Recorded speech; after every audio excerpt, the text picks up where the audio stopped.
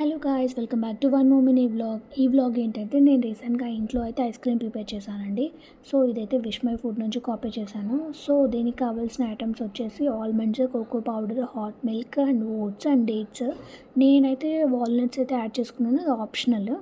So కొంతమంది అయితే వీటిని రోస్ట్ చేసుకుంటారు, లైక్ ఆల్మండ్స్ని ఓట్స్ని అయితే కొంచెం రోస్ట్ చేసేసుకొని నానబెట్టేసుకుంటారు. బట్ నేనైతే ఇలా ట్రై చేద్దామని చెప్పి నార్మల్గానే మొత్తం అంతా మిల్క్లో వేసేసి ఒక 10 to 15 మినిట్స్ అయితే నానబెట్టేసుకున్నాను. నెక్స్ట్ అయితే వీటిని మొత్తంని మిక్స్ చేసేసుకోవాలి. ఇది ఫైన్ పేస్ట్ లాగా చేసుకోవచ్చు, లేదంటే కొంచెం పలుకులుగా ఉన్నప్పుడే తీసేసుకోవచ్చు. అండ్ ఈ మౌల్డ్ వచ్చేసి నేను అమెజాన్లో ఆర్డర్ చేసుకున్నాను. నాకైతే 110 రూపీస్ వచ్చింది. మౌల్డ్తో పాటు ఒక 50 స్టిక్స్ అయితే వచ్చాయి.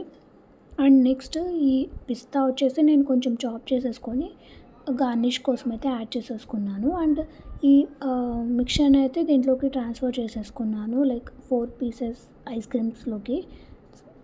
ఇంకా ఎక్స్ట్రాగా మిగిలితే దాన్ని నేను ఒక బాక్స్లోకి అయితే ట్రాన్స్ఫర్ చేసి పెట్టేసుకున్నాను. అండ్ దీని అయితే ఒక ఫుల్ డే అయితే ఫ్రీజర్లో పెట్టేసుకోవాలండి. నేనైతే ఒకటి ముందే ఆత్రంతో ఈవినింగే తిందామని చెప్పి చూశాను, బట్ తీస్తా ఉంటే బ్రేక్ అయిపోయింది. సో ఫుల్ డే పెట్టేసుకుంటే బెటర్. అంతే అండి, టేస్టీ ఐస్ క్రీమ్ రెడీ.